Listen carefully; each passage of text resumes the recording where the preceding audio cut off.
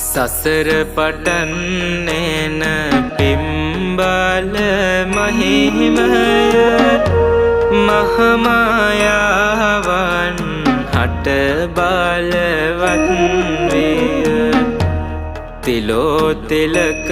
වූ භගවත් නොත්තම සම්මා සම්බුදු පුතුනට මව්විය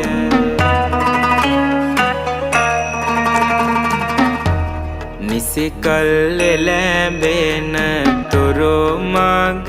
බලමින් දෙව්පුර වැඩහුන් අප